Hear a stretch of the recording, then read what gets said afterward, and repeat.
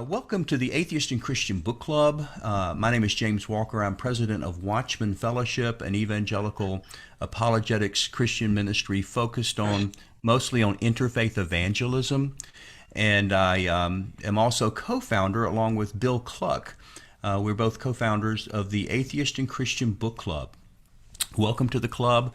What we are is a monthly gathering of believers and skeptics respectfully discussing important books from both perspectives. And then we will have some dialogue, Q&A. We often try to have the author involved whenever possible, either by video conferencing or many times in person when we were meeting in person.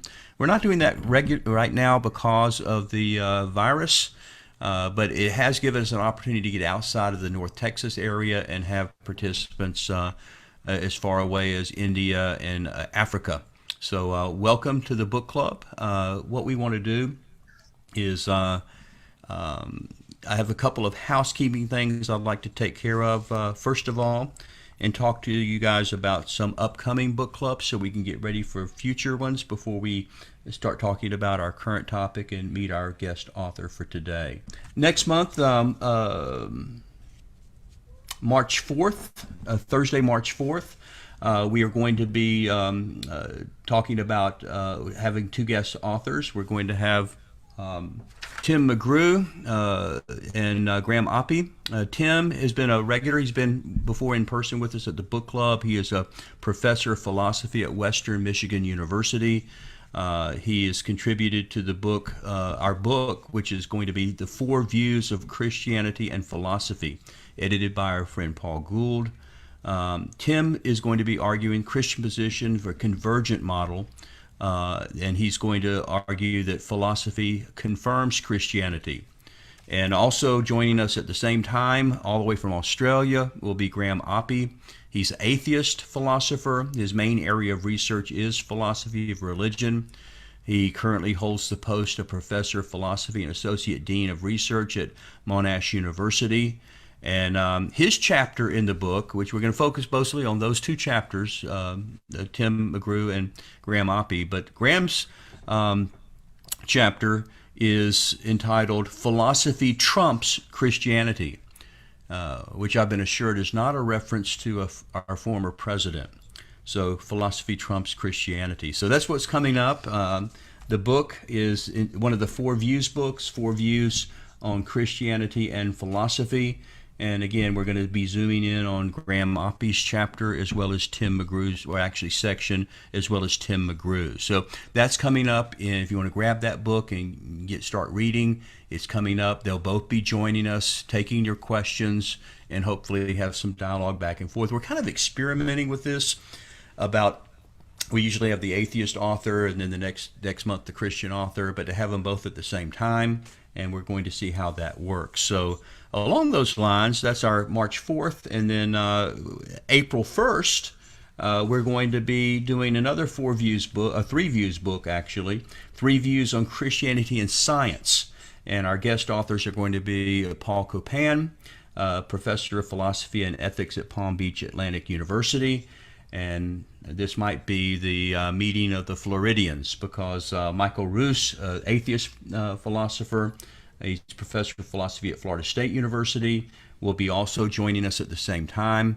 And they're going to be talking about this book that's entitled Three Views on Christianity and Science. It's a Zondervan book. It just came out a couple of weeks ago. I haven't gotten the book yet, but I'm very interested in this. Paul is actually one of the editors of the book. He'll be representing the Christian position, and then Michael Roos will be representing the atheist position. So we're going to look at science in Christianity. We're going to be looking at philosophy in Christianity. And we have, hope you guys know, these are some of the world top writers, scholars, professors in these fields. And so to have them come into our book club is a real honor. And so I hope you'll be wanting to take advantage of that. Read the books, do your homework, have some good questions. And as always, we really try to keep our conversation respectful, even especially if the person is on the other side of the issue on Christianity and atheism. So, all that said, those are our next 2 months for March and April. And then let me talk about what we're going to be doing today. Those of you who were with us last month know that we looked at the anthology by John Loftus called The Case Against Miracles. And John joined us and discussed his book, and it was a pretty interesting conversation, I thought. And so what we want to do, again, to have the other side of the story, this is the atheist perspective. So this evening we're going to be talking about the opposite, a case for miracles. And our guest is Craig Keener. Dr. Keener is the author of a massive 1,200 two-volume work called Miracles, the Credibility of the New Testament Accounts. It goes way beyond the New Testament, just looking at the miracles of the New Testament. It deals with the subject of miracles philosophically. There's a huge section on David Hume and his case against miracles. There is a lot of heavily documented worldwide research and information accounts of miracles taking place literally all over the world. And so there's nothing like that I'm aware of like this out there. This 2-volume, heavily researched, highly documented book on miracles. So Dr. Keener holds a PhD from Duke University. He's a professor of biblical studies at Asbury Seminary. He is a New Testament scholar, writer of numerous commentaries. His expertise is in New Testament background, Acts, historical Jesus, which we've had several book clubs on that topic. Miracles, of course, tonight's topic, the Gospels, ethnic, racial reconciliation, education. He's I could go on and on. He's authored 28 books. 6 of them have won awards in Christianity Today, of which together more than 1 million copies of his works are in circulation. So very busy man, but he was gracious enough to take time out of his schedule to come and join the book club. The book we're looking at is actually Lee Strobel's book, The Case for Miracles, but we were focused in on the 3 chapters which were based on the interview that Lee Strobel did with Craig Keener. So he's here to talk about that. I've got some questions too, also from his 2-volume work that I'd like to ask if time allows. So I just want to thank Dr. Keener for taking his time to be with us and say welcome to the Atheist and Christian Book Club. Thank you. It's great to be with you.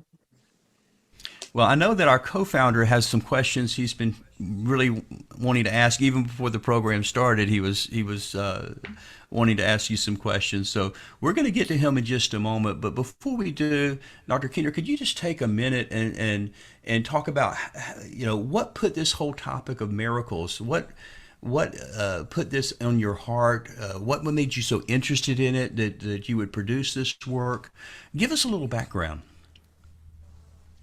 Well, I was interested in it once I became a Christian, in any case. But the reason that I was that I wrote the 2-volume book actually was just because it comes up in terms of it's one of the objections that people sometimes raise against historical reliability of the Gospels and Acts.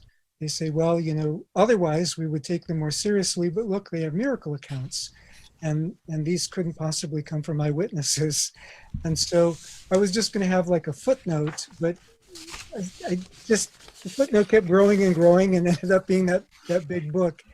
But the way, the thesis of the book, and so of course, Lee is interviewing me for a few hours, but the book itself actually took a few years of research, drew on 4,000 sources. But the primary question of the book, do eyewitnesses report the sort of events today that are reported in the New Testament. And what I found was, as I started researching it, well, just to give one example, there was a 2006 Pew Forum survey that mentioned, if you look at the figures, it's hundreds of millions of people who claim to have witnessed miracles. More than half the doctors in the US, this is a different survey, reported witnessing what they considered miracles like those in the Bible. And so I was just surveying a cross section of those claims. Obviously, I didn't interview hundreds of millions of people, but just to see what kinds of miracles or miracle claims are reported.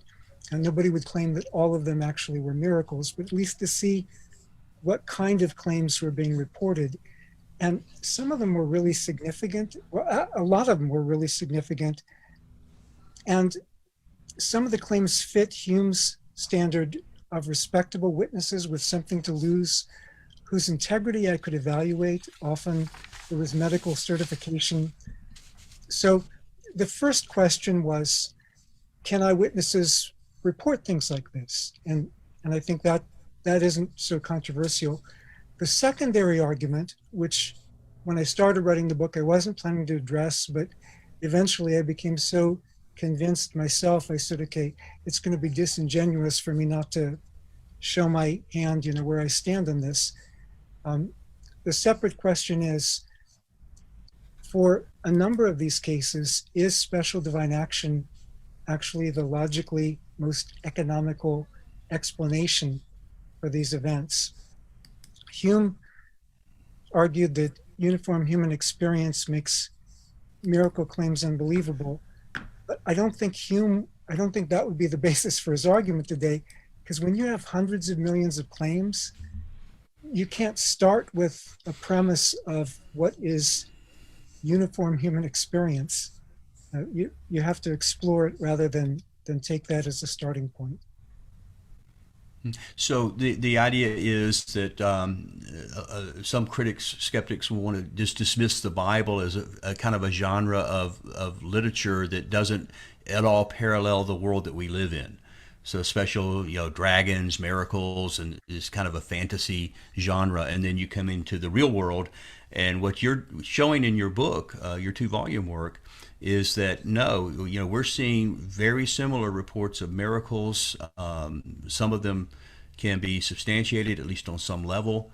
And even if all of these reports are not true, nevertheless, the idea is this is not so different than the world that's being described today, maybe especially outside of the United States. Would that be fair to say? It's more common, I think, outside the United States, and there are various reasons for that.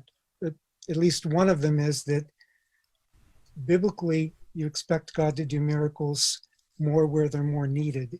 So where we have medical technology, that's a gift from God. We ought to be making good use of it. Yes. Well, the co-founder of our Atheist and Christian Book Club is Bill Cluck. Bill Cluck is a former Christian, now atheist. I called him earlier today an open-minded atheist, and I do believe that he is. And it's good, I think, to be an open-minded atheist and an open-minded Christian. It beats being a closed-minded or fundamentalist in both cases. But I have some more questions for you, and I know the room has questions as well, but I wanted to give Bill a chance to open up from an atheist perspective and ask you some questions on the book. So, Bill, could you unmute? Okay, I wanted to start off by saying, I got to confess, I did see a miracle when I was 30 years old. I was in Durham, North Carolina, which you went to Duke, right, Yeah. Dr. Keener? Yeah. A real university, you got a real PhD, which I'm very, very commendable, very impressed. But anyway, I was dating an aerobics teacher, and she broke her collarbone wrestling some guy. I mean, she was a kind of a manly guy or whatever. But so we went to the doctor, and he said 6 to 8 weeks, which you would expect for collarbone. And she said, I will be teaching aerobics in 2 days. And I went, sure you will. 2 days later, she's teaching aerobics. And I'm just stunned. I'm like, had a broken, we had x-rays and everything, similar to what you've experienced, Doctor. You got a lot of objective evidence, which I'm, very impressed with and very open to. So anyway, so she's like totally healed in 2 days. I go to the doctor. He was at the aerobics class. I went, "Hey, doc, what's the deal here?" And she's teaching aerobics. She has a broken collarbone. And he goes, "She's a mighty healer." And I go, "Is that all you got? Can't you give me a little bit more credit?" So anyway, so I'm open to the fact that there's miracles. You seem to present a lot of good evidence for miracles, a lot of credible evidence, as does James Fellow, that experienced the miracle where he had hearing that was lost. So, but my problem is this. In the New Testament, we don't have the x-rays and the CAT scans and the counter testimony that we do in your book. What we have is testimonial evidence, which is not objective evidence. We have, and let me give you an illustration. I'm not going to go to the resurrection. It's too controversial, too much emotional stuff there. In Mark, you have Jesus walking on the water. Where he walks on the water, everybody's like stunned and so forth. And the problem is, in Matthew, you have Jesus walking on the water, but you also have Peter walking on the water. And in Matthew's gospel, there's a commentary where the disciples go and worship him as God. So what we have is not necessarily contradictory evidence, but what we have is not consistent evidence. And we have to realize Mark was written in about 70 AD. We have, this is testimonial evidence that was handed down according to Papias. Mark was Peter's secretary. So it just, I would like it to be much more consistent. Does that cause you any problems, Dr. Keener? No, I'm a New Testament scholar. By the way, we have something else in common. We were talking about this beforehand, but both of us are converts, because I was converted from atheism and became a Christian, and so that in Durham we have that. But no, in terms of testimony, in terms of eyewitness claims, that's a form of evidence in sociology, anthropology, journalism, law, and historiography. I mean, what I do with New Testament, a lot of it is related to historiography, and we would know barely anything about the ancient Mediterranean world or many other parts of the world apart from testimony. Now, in terms of what testimony is the best, I mean, testimony has to be evaluated, but it is a level of evidence by itself. Now, in the case of the Gospels, if Mark is written around 70, I dated a little bit earlier, but it's just a few years either way. Most people dated around 70, give or take. Yeah, exactly. Yeah. So, but that's within a generation of the events, which is actually fairly rare in terms of surviving extant literature from antiquity. It's also within the period that oral historians speak of as living memory. So when the eyewitnesses are alive, or people who knew the eyewitnesses are alive, oral historians say, well, some of them make this distinction between oral history and oral tradition. Oral tradition is after the people who knew the eyewitnesses are dead. When you're still within a generation, you're still fairly close to the events. Now, both in psychological memory of an individual and in social memory, you have things kind of condensed. So it's usually the basic features that get remembered. People aren't going to remember the chronology, this event happened before this event. They may remember the place, but usually not the exact timing. And yeah, it's usually just some of the major features of that.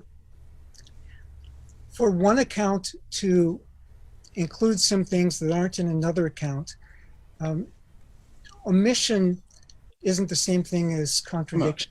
So you can see them as complementary. Now, I do think that there's more going on than that, because just like, when Lee, And then I'm when he's giving the hours that we spent together, and in the book he's talking about, Craig Keener said this. Obviously, it's an edited form, so he's emphasizing the side of it that is going to be most relevant for the point that he's making. The gospel writers do the same thing, and we have that all over the place. And actually, ancient writing, we find out that sometimes they could actually, more so in biographies than in other forms of historiography, but they could actually move some things around from one passage to another. So those things don't surprise me at all. Okay. Now, and I did agree with you that this is sobering testimony, I think is the word you used in your interview, which doesn't seem to be, exaggerated. And you would think if they were making it up, that you'd have Peter go and give Jesus a high five, and it wouldn't show him sinking, which shows you that it does have a aura of authenticity, as does Mark 6, where it says Jesus can do big healings in his hometown. So we're in agreement there, right? Yeah. But couldn't you be like Rudolph Bultmann, the greatest theologian of the 20th century and late 19th century, that said, remember he was part of the demythologizers that said, let's just skip all the miracles, just throw them out. Let's try to get back to the core here. Can't you just do that and just ignore the miracles? Like the demythologizers in the New Testament? I'm not talking about current miracles, I'm talking about the New Testament. Some of the radical deists did that. But the problem is it's in every layer of gospel tradition. So you have it in Mark, you have it in some material that's shared by Matthew and Luke that most scholars call Q, although all that is disputed. But you have it in special material in each of the four gospels. You have it, of course, in Acts. Paul mentions miracles happening. 2 Corinthians 12:12, everywhere that he, actually in 2 Corinthians 12:12, he says, you Corinthians, you witnessed this when I was among you. Romans 15:19, he says, everywhere where I was starting new churches, this was happening. You have the detractors of early Christianity talking about it, although they may be depending on Christian sources there, but Celsus and later rabbis. Josephus, writing in the first century, in his Antiquities 1863 and 64, when he describes Jesus, the way that most scholars have reconstructed it, stripping out the extra stuff that's not in the earliest version, it speaks of Jesus as a sage and a worker of paradoxa, which is the same term that Josephus uses elsewhere for Elisha's miracles. So Geza Vermish, an Oxford Jewish historian, that was one of the main features that he used to argue, okay, most scholars agree Jesus was experienced by his contemporaries as a miracle worker. Now that doesn't resolve the question of whether these are actually divine miracles, but the idea is that his contemporaries experienced him that way.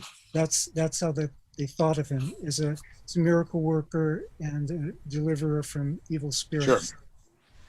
Okay, one more question. I want to get to Ken Daniels, who was a missionary in Africa, because I'm just dying to hear what he has to say about miracles, since he was actually in Africa. And I think you said some of these churches, 80% of the miracles are, or 80% of the members are coming because of miracles, right?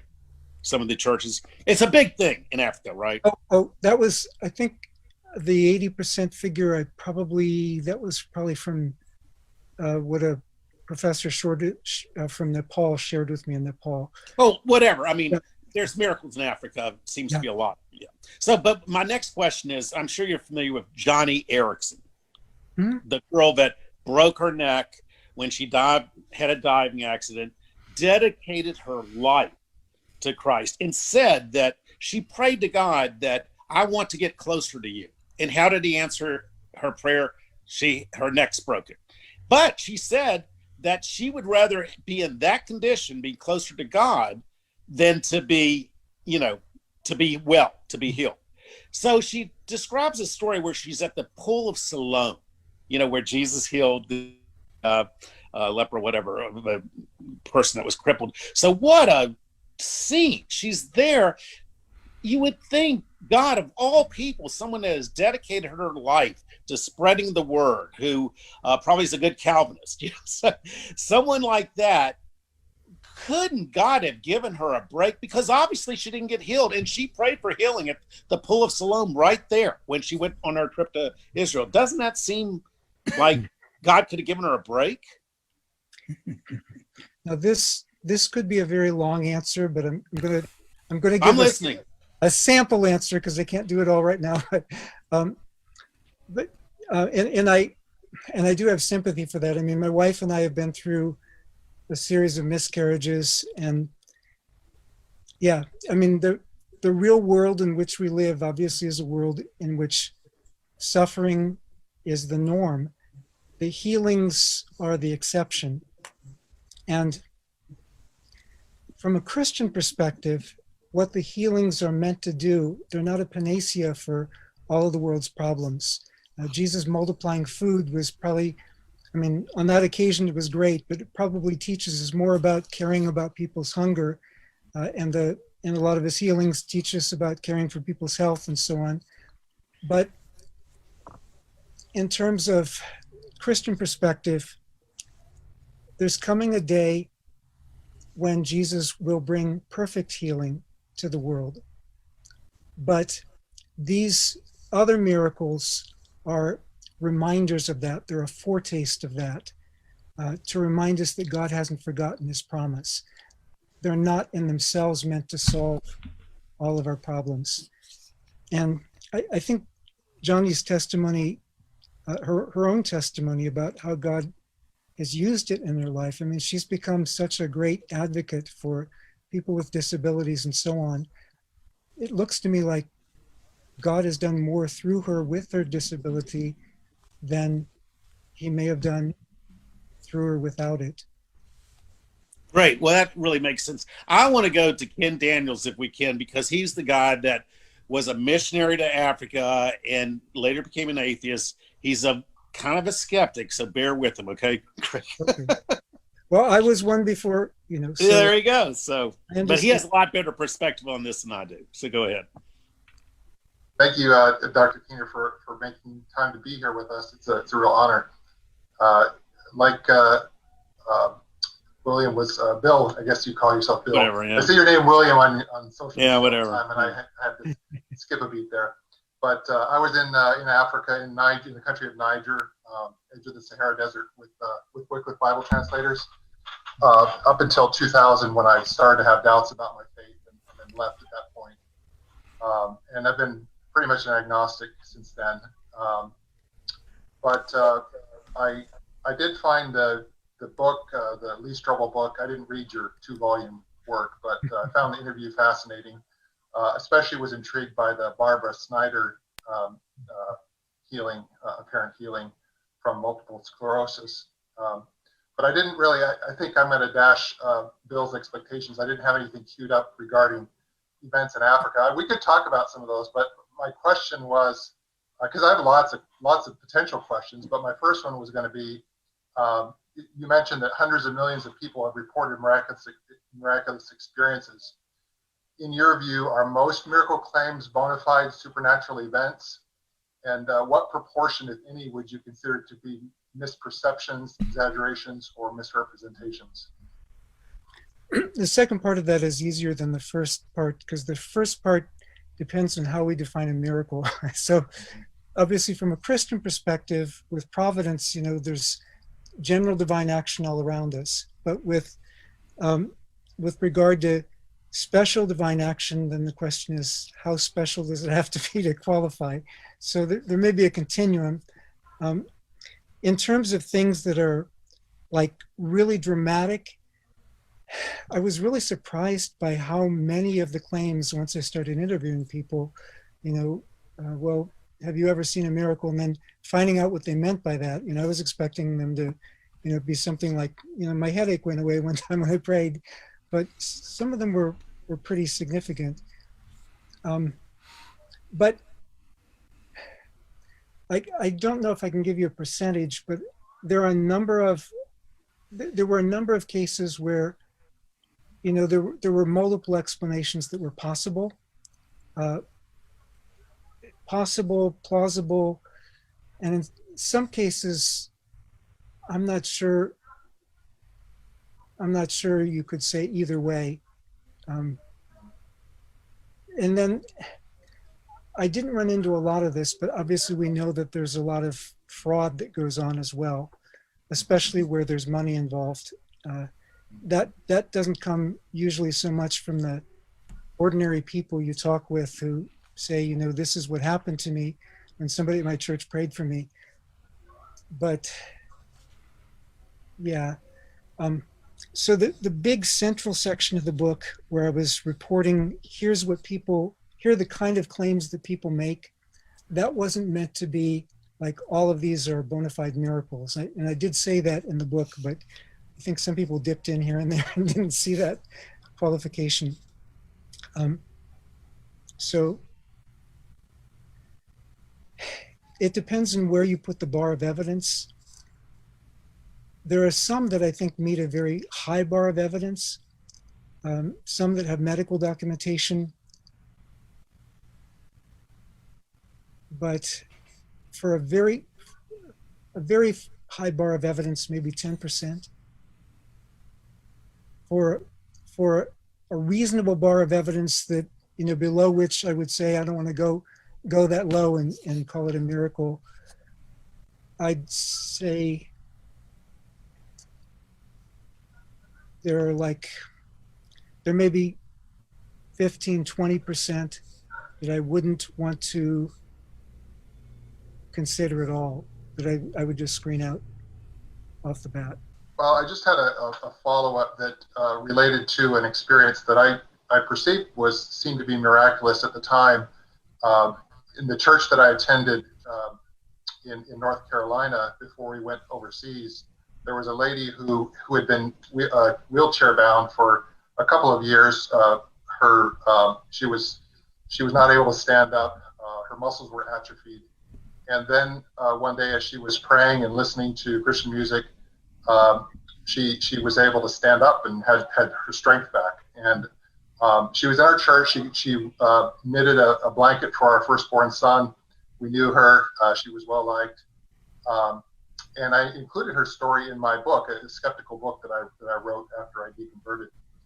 And I presented it as an example of one that really was a mystery to me. I just didn't have an explanation for it, because if you've been wheelchair bound for 2 years, your muscles have atrophied. You don't have the strength to get up anymore, even if by some reason you had spontaneously remitted from your condition. And so it was a mystery. And somebody then had challenged me. Somebody who read it said, "Hey, Ken, you know, why doesn't that affect you? Why you don't have an explanation for it? Why don't you accept it as a true miracle? And why don't you follow up on it?" So I decided to write to the pastor of the church in North Carolina that we had attended at the time to ask him if he had any information on any follow-up, any view on what had happened. And he wrote back and said that it had all been a fraud. You know, so it kind of dashed my expectations, or at the time now confirmed that my suspicions of a lot of miracle stories were well placed. In other words, you know, just to accept somebody at face value for what they're saying, just to assume that they're telling you the truth or that they're perceiving things correctly, it can be a mistake. So that's kind of what informs me as I read some of these stories. I wish I could drill in and find out, get more information, follow up, just like I did on this story.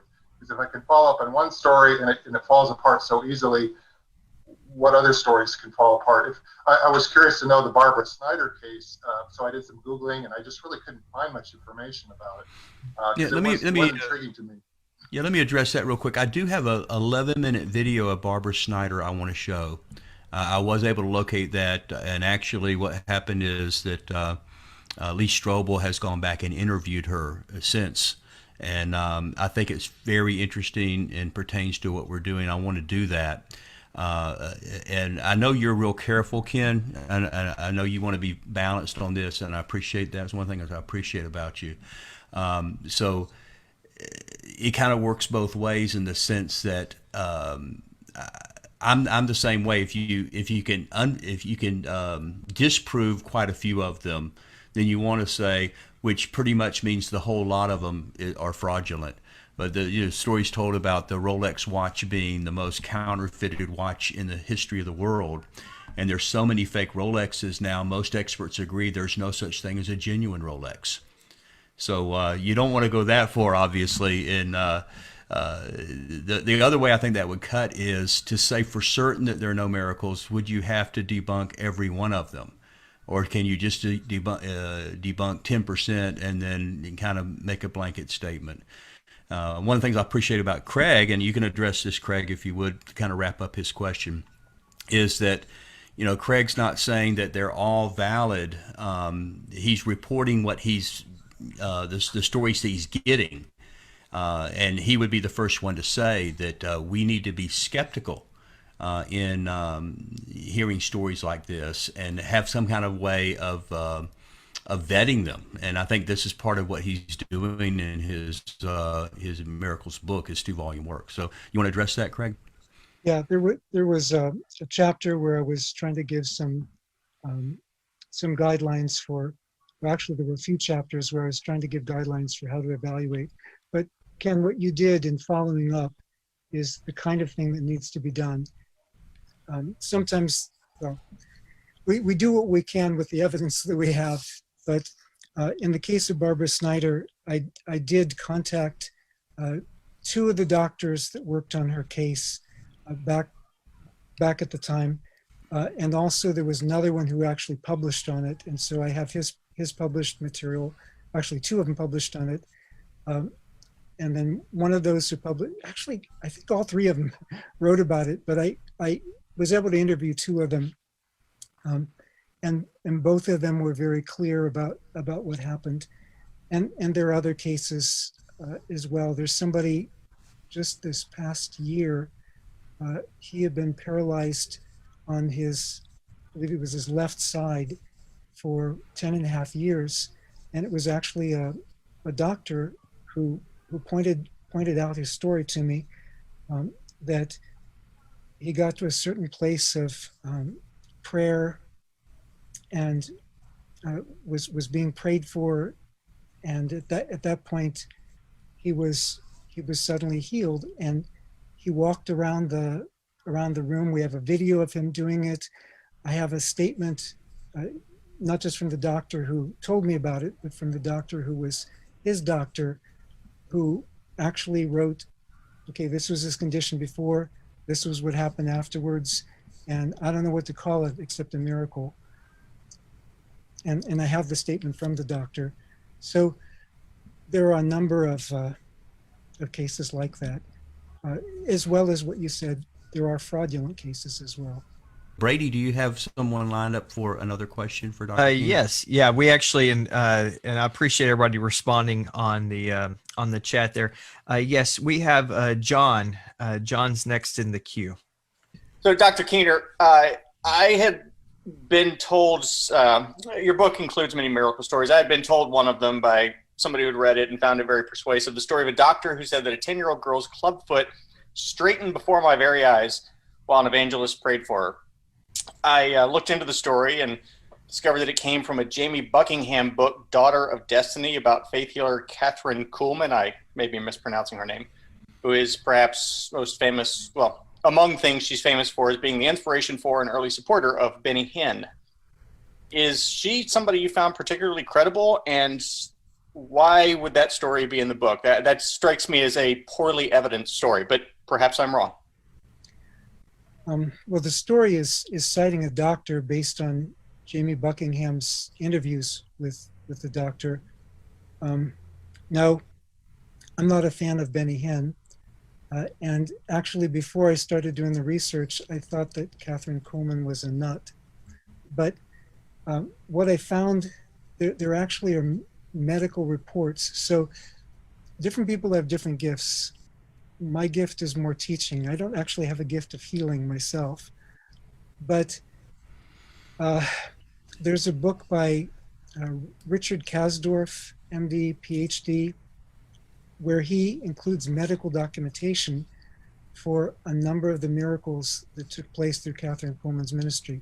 Now, obviously, most people who went to her meetings did not get healed, and she herself said that, but there were some that were rather dramatic. And one of them is the case of Lisa Larios, who was dying of cancer of the hip,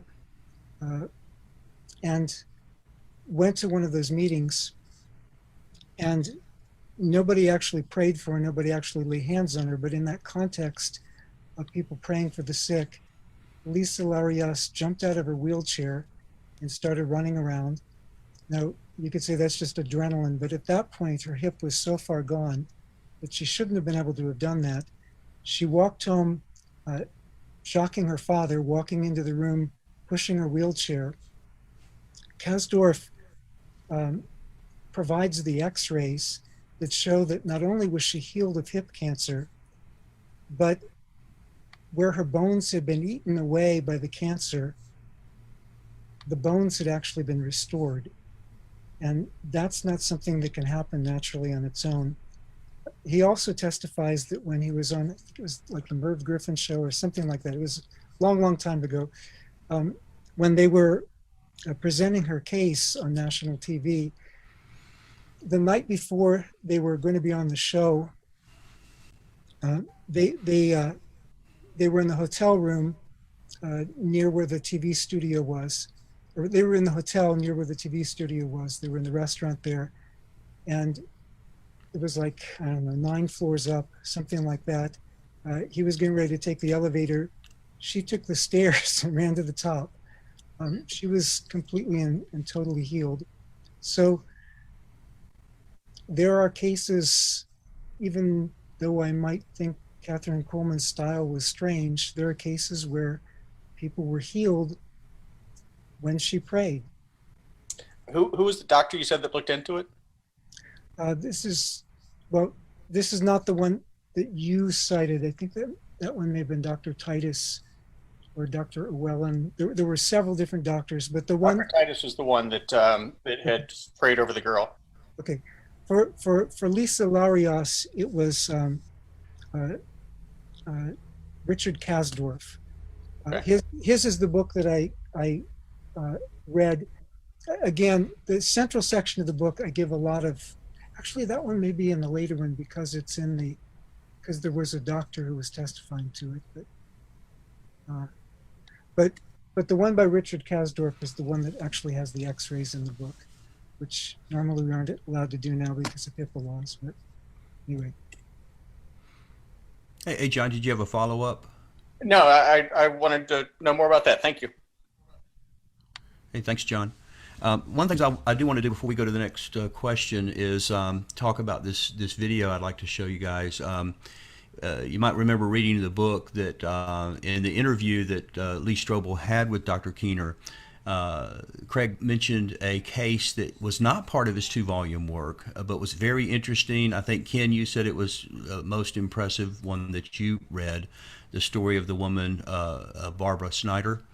And subsequently, Lee Strobel has gone back and interviewed her, and he played a portion of that interview, and I felt it was very remarkable. So what I'd like to do is, it's a little bit long, it's about 11 minutes, but I think it's worth the look, and I think it's going to give us some things to talk about.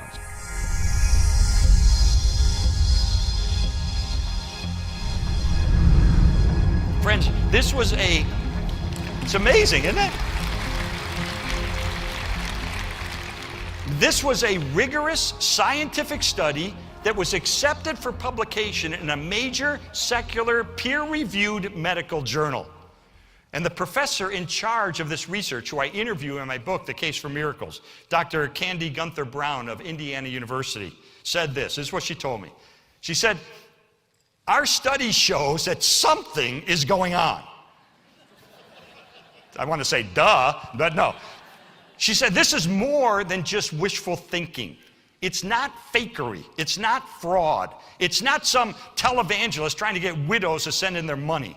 It's not a highly charged atmosphere that plays on people's emotions. Something," she said, "is going on." And I agree. You know what? I think it's something supernatural. And I think it's a miracle of God. Now, outspoken critic and atheist, who I mentioned earlier, Dr. Jerry Coyne of the University of Chicago, said that in his opinion, to have confidence that a miracle actually took place, we would need to have, in his words, massive, well-documented, and either replicated or independently corroborated evidence from multiple and reliable sources. And he said, no religious miracle has ever come close to meeting those standards. Now, I would challenge that. But you know what else I would do?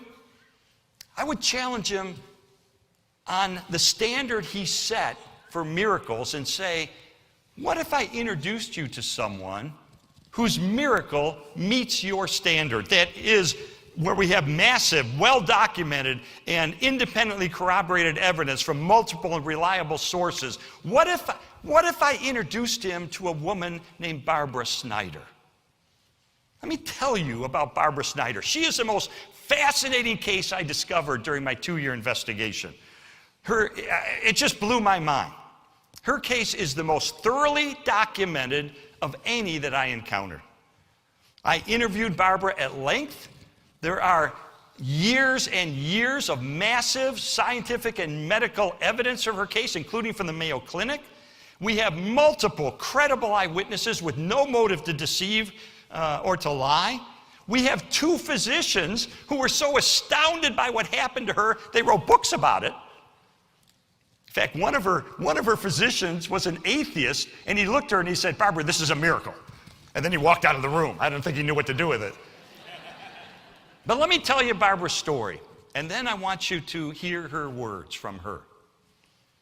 Barbara was diagnosed with multiple sclerosis at the Mayo Clinic.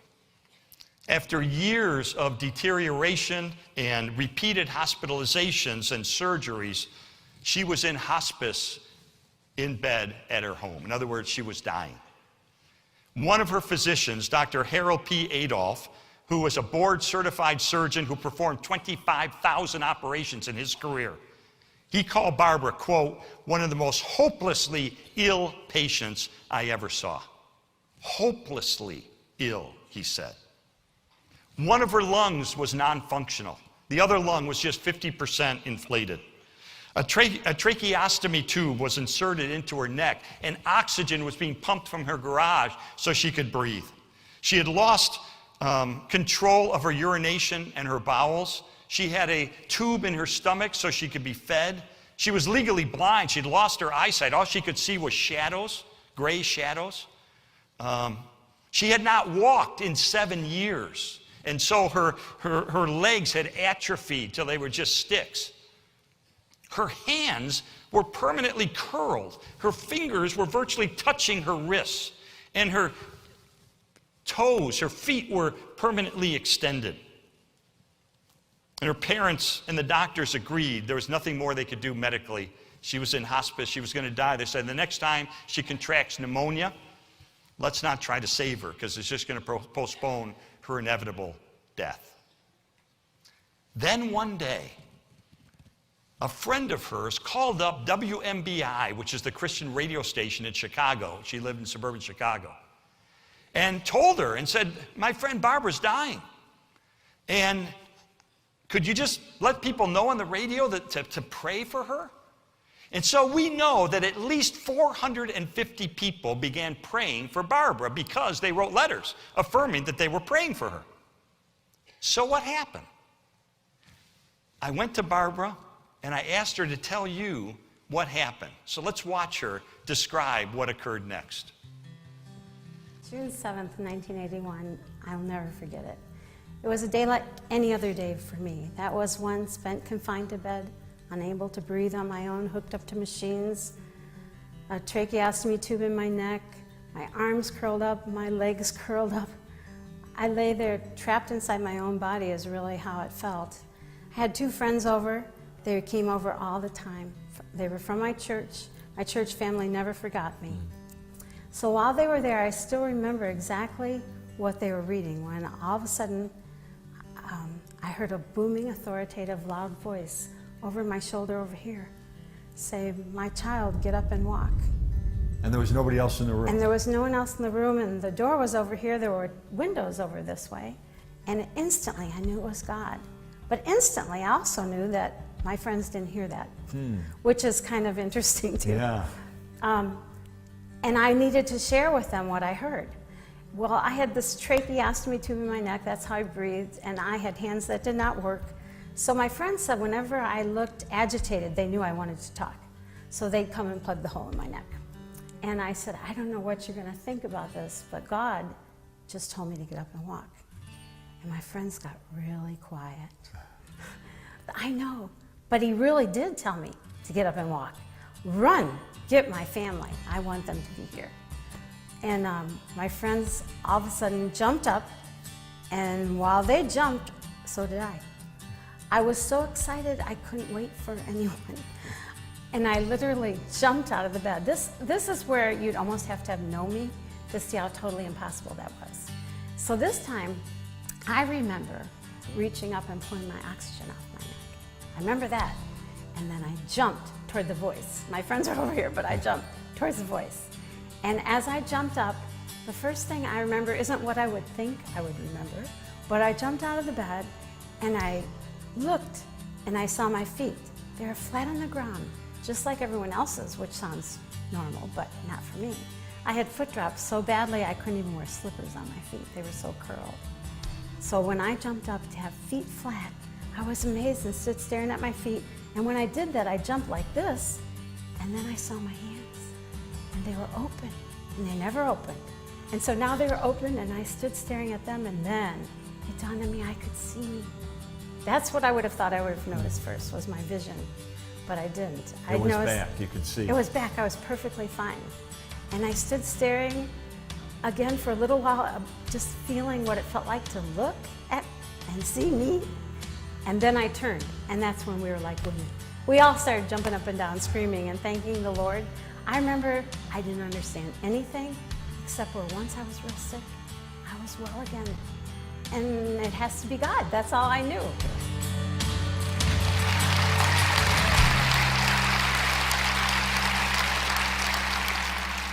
Barbara's in bed. She hears a voice, "My child, get up and walk." She jumps out of bed. She's instantly and totally healed. Her mother comes running into the room, drops to her knees, and begins to feel her legs. Say, "You have calves again."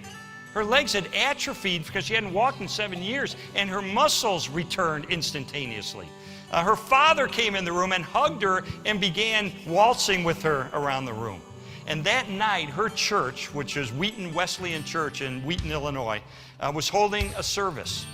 And the pastor gets up and he says, "Does anybody have any announcements?" And Barbara starts walking down the aisle. And all the church ever knew of Barbara was Barbara in a wheelchair, and blind, and she's walking down the aisle, and people just spontaneously began to shout and applaud and cheer, and they broke into songs, said, "Amazing grace, I once was blind, and now I see." And the next morning, she went to one of her doctors, Dr. Thomas Marshall, an internist for 30 years. And when he saw her, his first thought was, "Oh, she must have died, and this is a ghost." His response was, quote, "This is medically impossible." Friends, God instantly and completely and astoundingly healed Barbara in one miraculous moment. There is no natural explanation for what occurred. Besides, how would you explain the voice that told her against everything she could imagine that she needed to get up and walk? Today, she has been totally healthy for more than 35 years. She's healthier than I am. I'm interviewing her, and I'm just... And she's married to a pastor, and they've got a church in Fredericksburg, Virginia. And I want to quote to you what her physician wrote, quote, "I have never witnessed anything like this before or since, and considered it a rare privilege to observe the hand of God performing a true miracle." I mean, that, friends, it's astounding. How do you explain that? How do you explain that? This is just one of several cases that I discuss and document in my book, The Case for Miracles.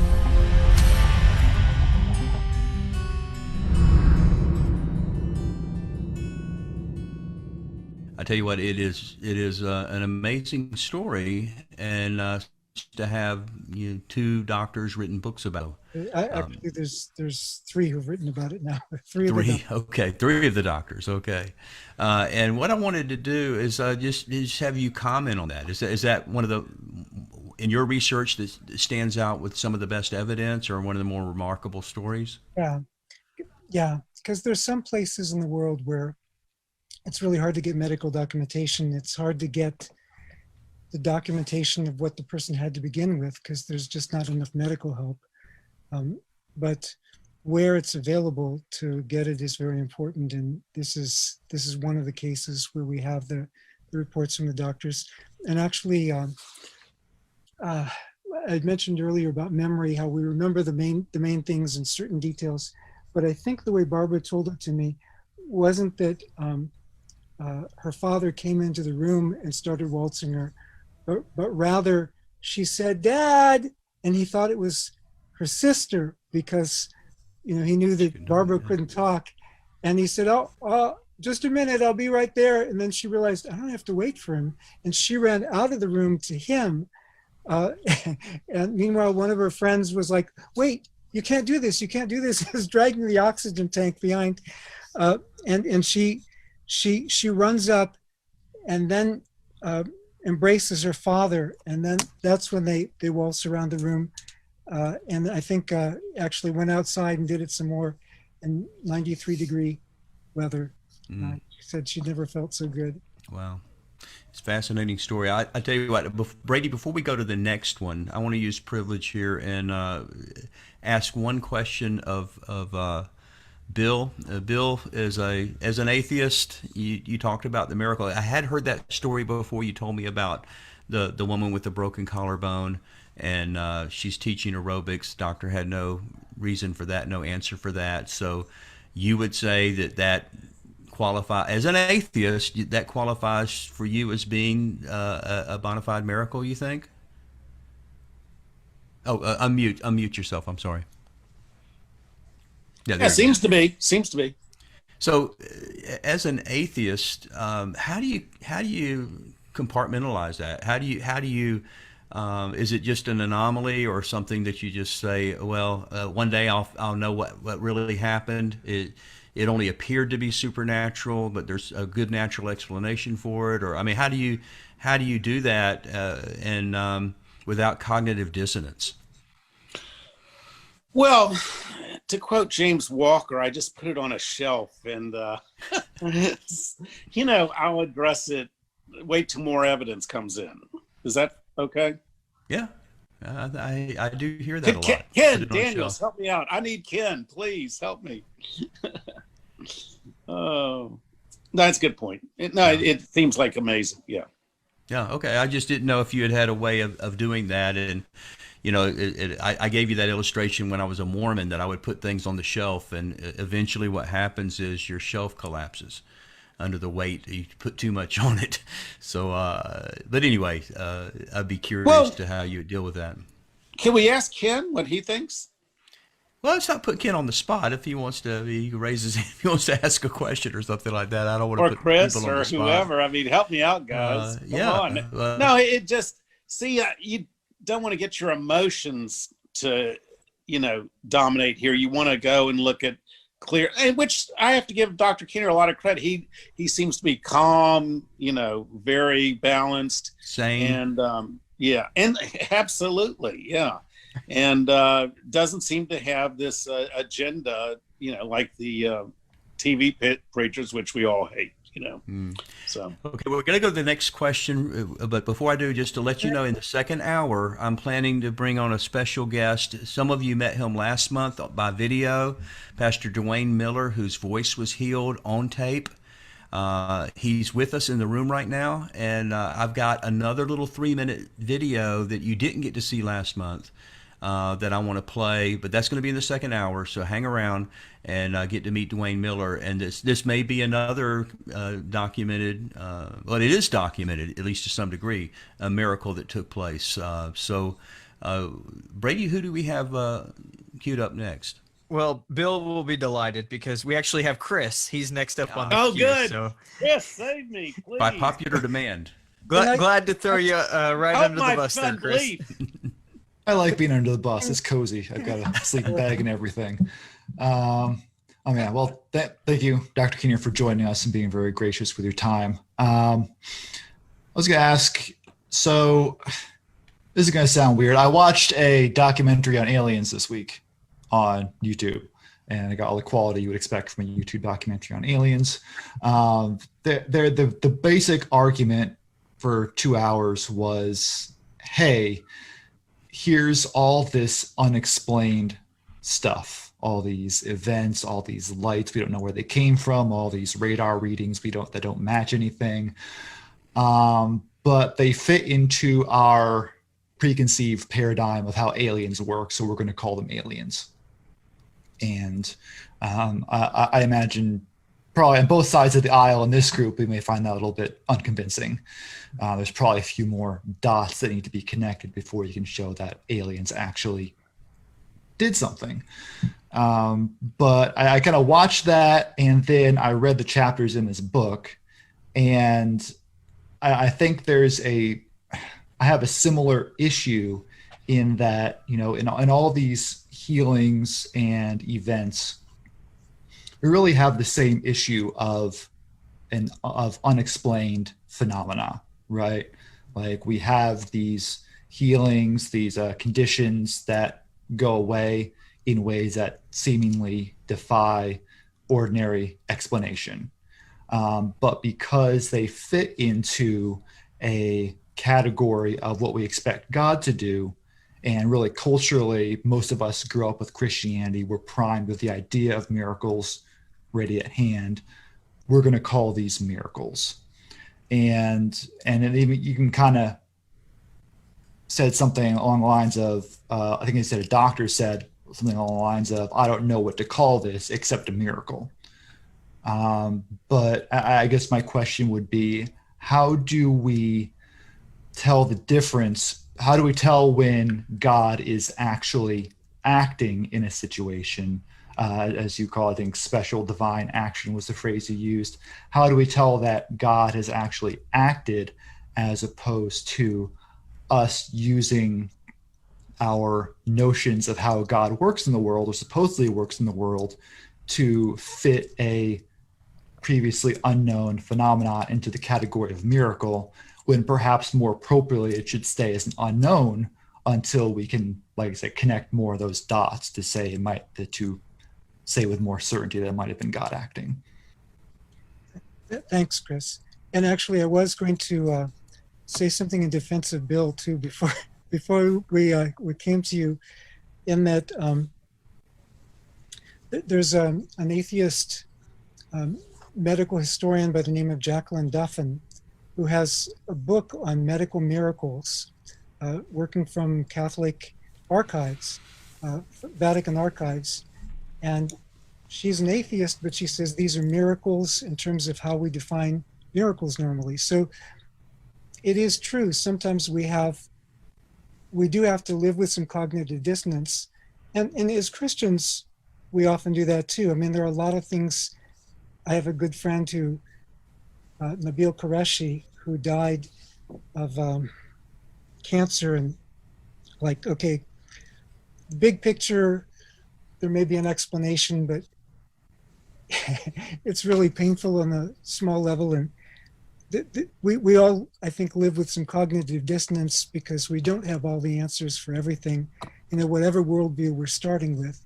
And so we have data points, and we have gaps in between some of the data points.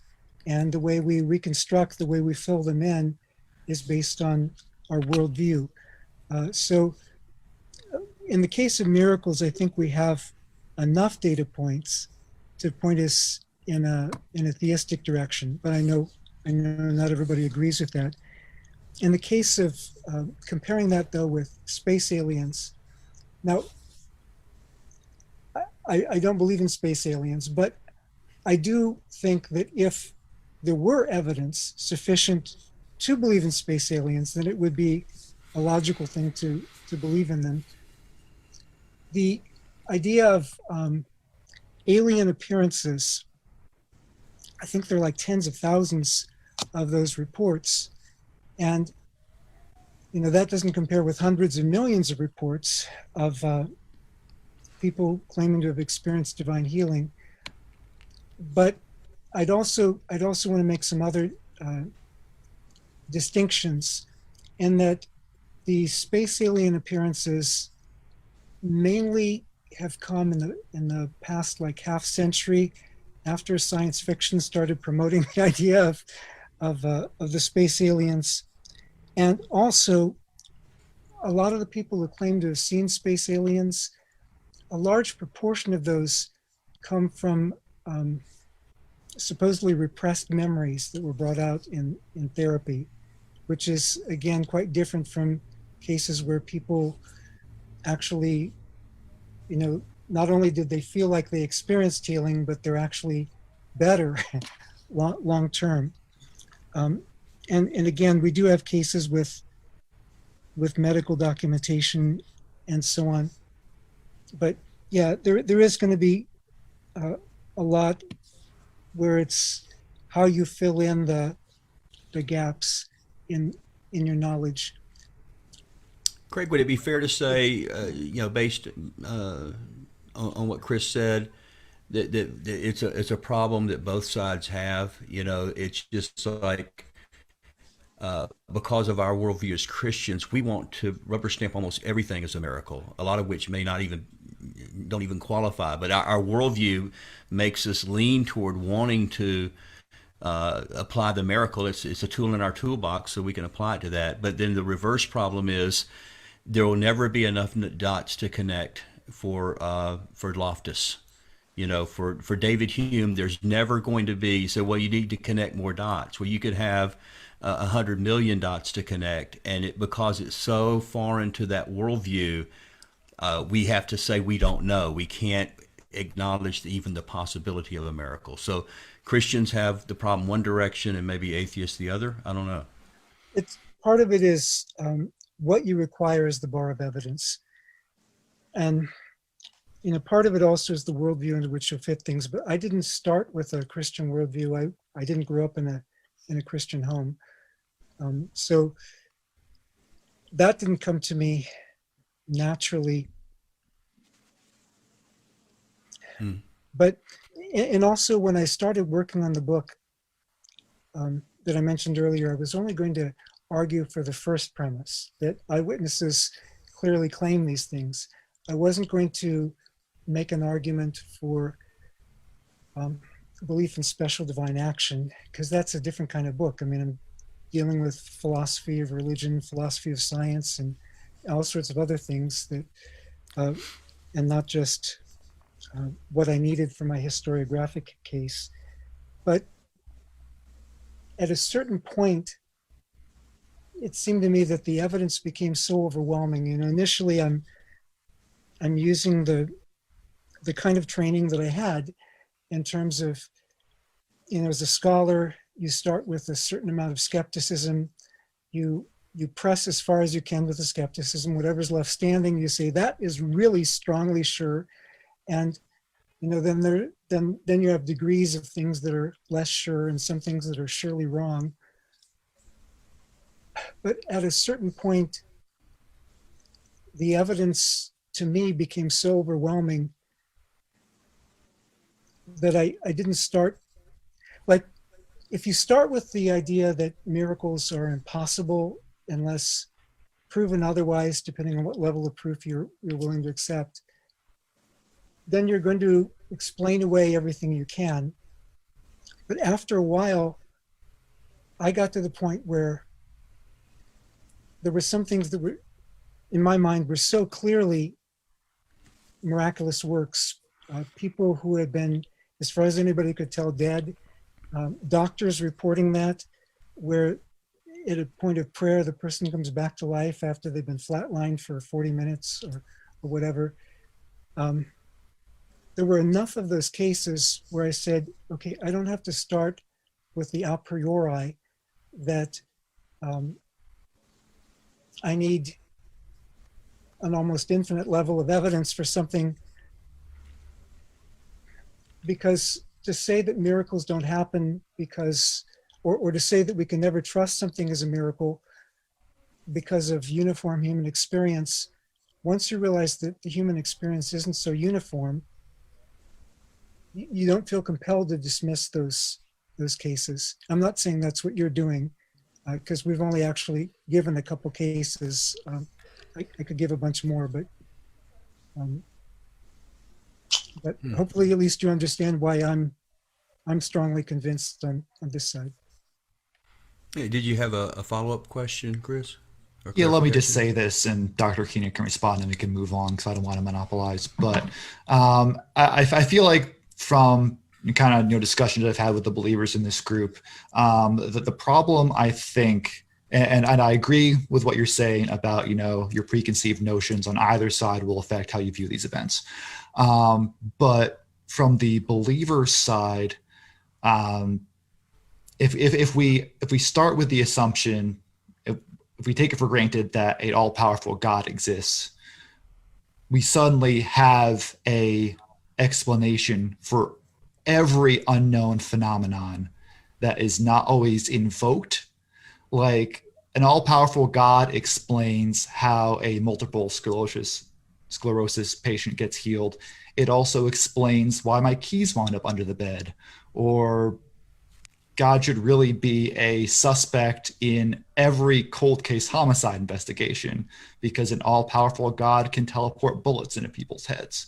But as a matter of course, I don't think anyone, even believing in God and believing in the power of God, invokes God except if it's in a paradigm, like I said, a area where they've already kind of decided that this is the arena where we expect God to work, if that makes sense.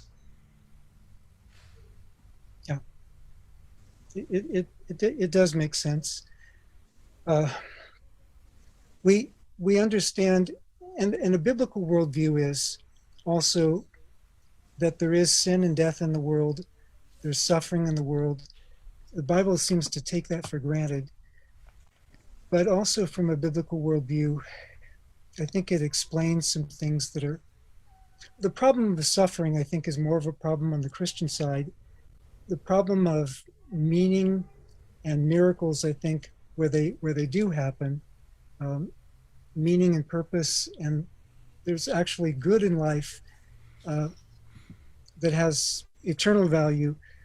Those, I think, are more of a problem for the skeptical side. Yeah, Brady, we got somebody else lined up, and I want to play that other video. Yes, we have James Kane. James, if you want to unmute yourself and ask your question. Great. I appreciate the opportunity. So, Dr. Keener, I just wanted to ask, in your opinion, based on all your research and also the standards that you hold to for what constitutes a genuine miracle, what do you think is the best attested miracle outside of the Bible? I don't know if I could pick one. I mean, it's kind of hard to narrow them down.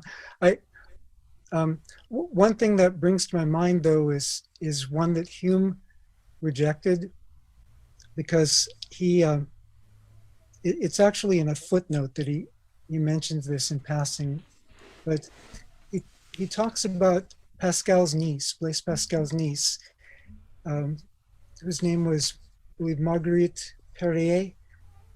My wife is francophone, so she would correct my pronunciation. But this was a case where she had a running eye sore. I actually think we have better attested ones today, but this is the one that came to my mind. She had a running eye sore, emitted a foul odor. Everybody knew about it. It was public knowledge. And she was in a Jansenist monastery when she was touched with a holy thorn from Jesus' crown. Now, Hume thought that was absurd. I also think it's absurd that it was a holy thorn from Jesus' crown. But it was a contact point for her faith. She was instantly and publicly healed. The Queen Mother of France, who was skeptical, sent her own physician to check it out. He came back convinced that it was true. Hume says, look, this is medically documented. We've got, basically it met the kind of standards that he articulated, credible witnesses with something to lose. And then he just dismisses it and moves on. He says, well, we know this didn't happen. Why would we believe in anything else?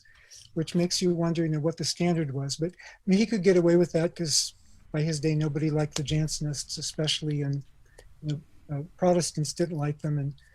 And but today, there are just so many. You have some that are reported by doctors themselves. Chauncey Crandall reports a raising from the dead. Sean George himself was a doctor who was raised after an hour and a half of being flatlined. Now, his recovery took some time after that. So I'm not sure if we would say that's the best one, but it's certainly well attested. We just have, and a number of cases of blindness healed. There was one that was published in a medical journal last year. The woman was blind for 12 years, and it was due to macular degeneration. So, it's clearly organic. It was clearly attested, medically documented. That's why it could be in the medical journal. And her husband he felt like the Spirit of God moved him to pray for her. This one night, he prayed instantly. She could see. The healing is medically documented. She's now, this is I think it was 40 years ago that this happened. And usually you don't have the medical documentation going that far back, but in this case they did.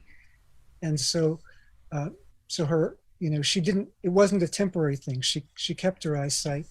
Another person, this one's not in a medical journal, but we do have the medical documentation for it because he had gone blind due to macular degeneration, and he already was on a disability because he was legally blind. He'd been through training for the legally blind and so forth. Well, he wanted to get off disability now, and he contacted the Social Security Administration. They said, no, macular degeneration doesn't undegenerate. So they investigated him for fraud, and after a year, they just concluded, and this is why we have the medical documentation, because he had to get it in that case. Most people don't even think to get it. They concluded, well, you have received a remarkable return of your visual acuity. You are no longer qualified for disability. In other words, you have to go back to work. And just another case, I think this one was published in a medical journal a couple years ago, of somebody with gastroparesis from the time of his infancy. Now he was a teenager, and he went to be prayed for by somebody else who had actually had his small intestine more than double in length after an accident and several surgeries. Somebody had prayed for him. His small intestine more than doubled in length. But anyway, that person, otherwise he would have eventually died. He was starving to death. But he prayed for this person with gastroparesis. They were instantly healed. They went and ate a regular meal that night for the first time in their life. That one has been published in a journal. So, we have a number of cases that are very, very strong. I have a number of cases from people that I know where, if you, even death can be misdiagnosed. Sometimes it's happened. Obviously, it doesn't happen very often. Otherwise, we're burying a lot of people prematurely. But in my own immediate circle, there are about 10 people that I know. I've not witnessed it myself, but about 10 people I know who have witnessed people being raised from what everybody believed was death, even if it was just a coma where they couldn't detect any pulse or any breathing or anything. Suddenly when they're prayed for, starts up again. I mean, to have that I would know one person in my immediate circle who would experience that. You know, if it's just misdiagnosed death, let's say maybe one chance in 10,000, or you know, maybe one chance in 1,000. But I mean, if you multiply that chance 10 times over, like 1 times 10 to the 10th power, whatever. I mean, the odds of me just coincidentally knowing all these different people. Now, Hume could say Craig Keener dwells in a circle with an inordinate proportion of knaves and fools. Actually, he does use that language in his essay. But it seems to me that's a high price to pay for one's philosophic presupposition that you have to dismiss that many people's testimony. Again, you can say it's unexplained. I mean, that's fair. But it seems to me that's more agnostic than atheist. Again, I'm getting more speaking time than some people on the other side are this month. So I do acknowledge that having been an atheist, I would have a comeback for that. But well, let me do this if I can. I did want to be able to hear more to follow up from last month about the Duane Miller situation. Pastor Miller's with us in the room right now. We were able to see a couple of videos actually where he shared his story and how his voice was healed, and the against all odds happened to be on tape. And so what I want to do is show you just a little, about 3-minute little clip of the podcast that Brady Blevins interviewed Duane Miller. We're going to hear from him in a minute too, hopefully. And it was part of a podcast that we have available. And if you want to catch that whole podcast, if you go to watchman.org/podcast or anywhere that podcasts are served up, you can watch the whole thing. This is about a 3-minute little clip from the podcast, and then I want to show you that final clip after that.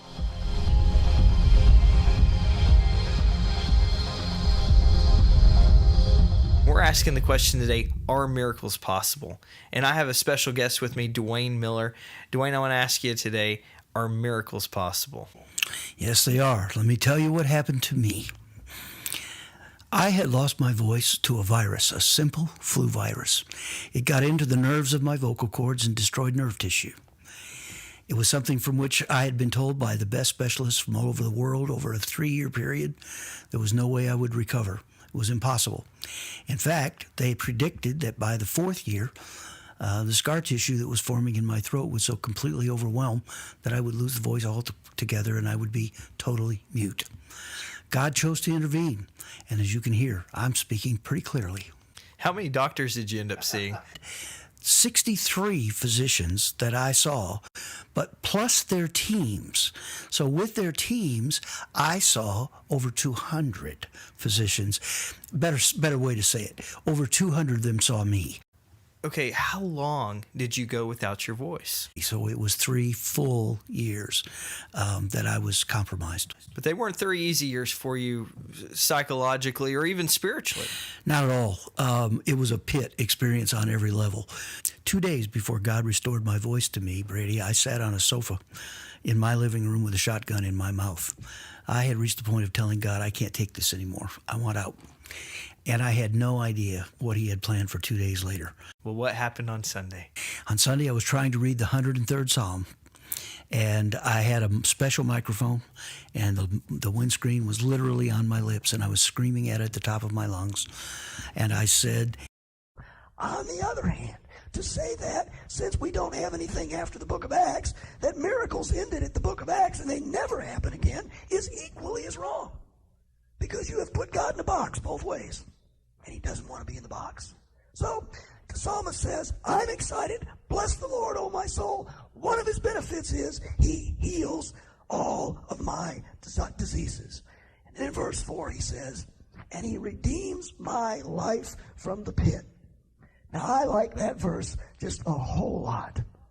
I have had, and you have had in times past, pit experiences.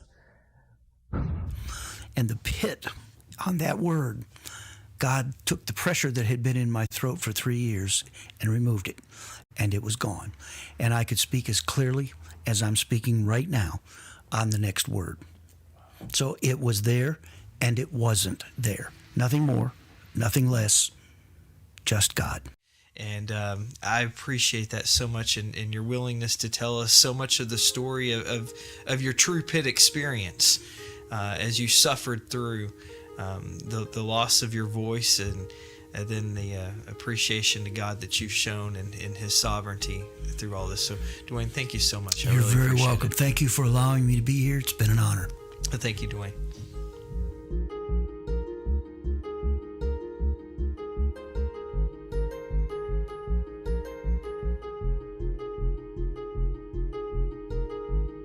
So the psalmist says, I'm excited. Bless the Lord, O my soul.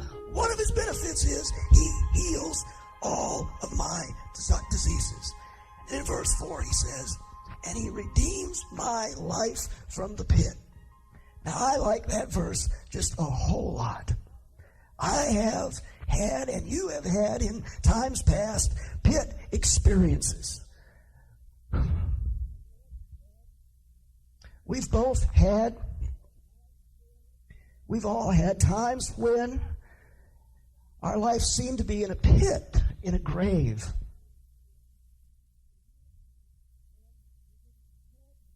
And we didn't have an answer for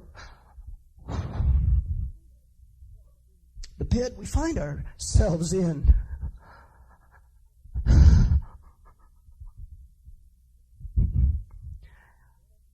And I don't understand this right now. I'm overwhelmed at the moment.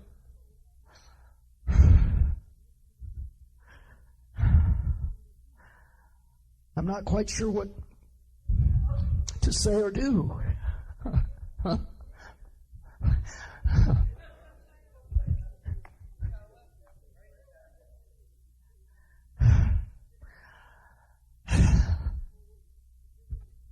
I'm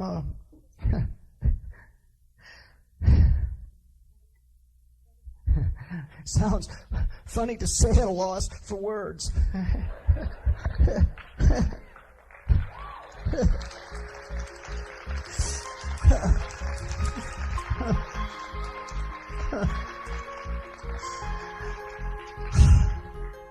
Thank you, Lord.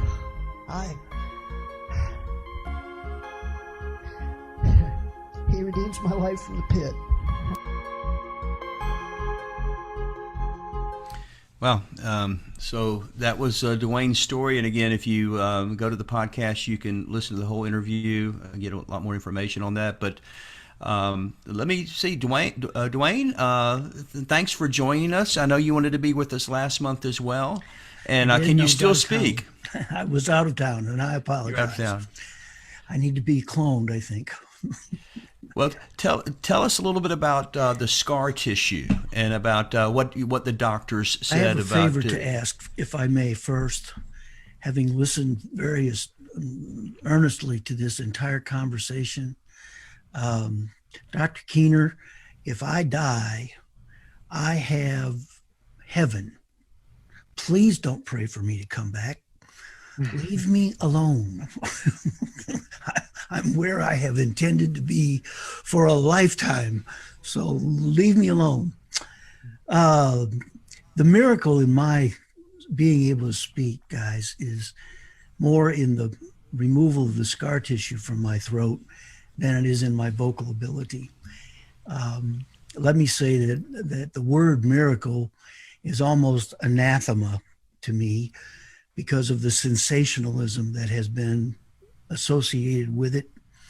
I really hesitate to even use the word.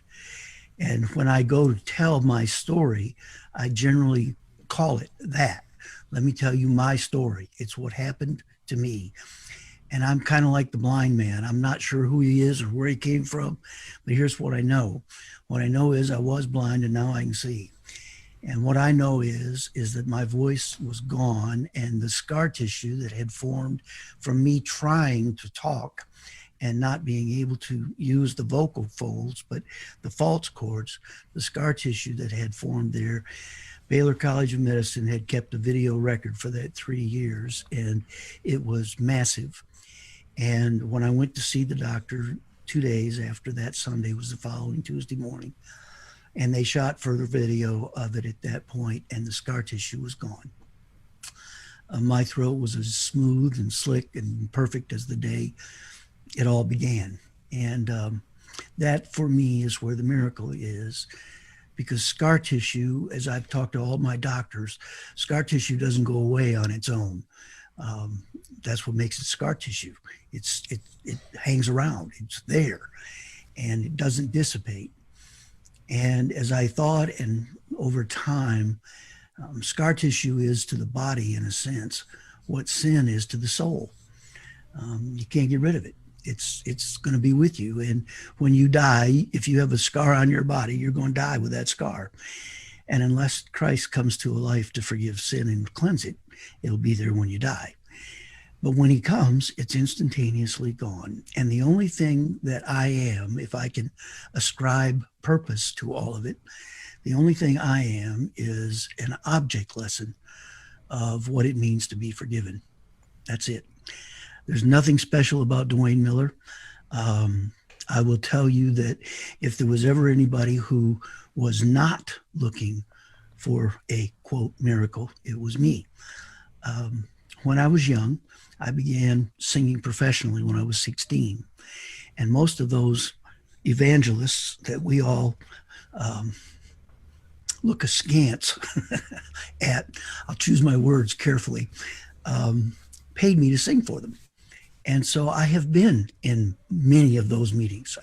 When I was very young, I sang for Catherine Kuhlman in one of her meetings in Detroit, Michigan. So I have been familiar with, and please understand how I mean it, I've been familiar with the show, and I want nothing to do with it, nothing whatever to do with it.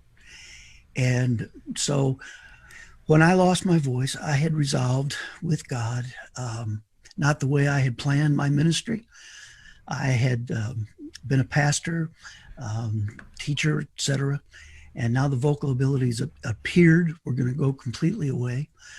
And if that was the way it was, that's just the way it was. I believed that God had a plan, and I would leave it with him, kind of like Johnny. I'm prepared to do whatever. I had done radio in Houston for Salem Broadcasting, and Johnny and I had a wonderful conversation subsequent to my voice restoration on my radio program. There's also an evangelist named David Ring, and David has cerebral palsy, profound. And he and I did several conferences together, and we would talk about the grace of God. And David would talk about the grace of God to sustain, and I would talk about the grace of God to intervene. And it was a rather interesting picture of the grace that we would put together. But the point of all of that is this, guys, there was no one praying for me that morning. I was teaching a Sunday school class. That Sunday school class was about 300 people. First Baptist Church Houston is a mega church. And I had been a part of that church for 26 years, give or take. And that event, by the way, was 28 years ago, this last January. So God has sustained my voice. It wasn't momentary. And now I'm pastoring and back to doing the ministry things that I love to do. I will field questions. I don't guarantee that I can answer them. I do have one fundamental premise, and it comes from Hebrews 11, and it was simply this, that without faith, it's impossible to please God. So there are things that I can't explain. I leave them with him. I don't blame him for things that I can't explain. I don't try to put him in a box. That's what I was talking about that morning. There are things that I can't tell God to behave himself. He just won't do it. He's going to be God and I'm not. And I'm comfortable to leave it there. But that's my story.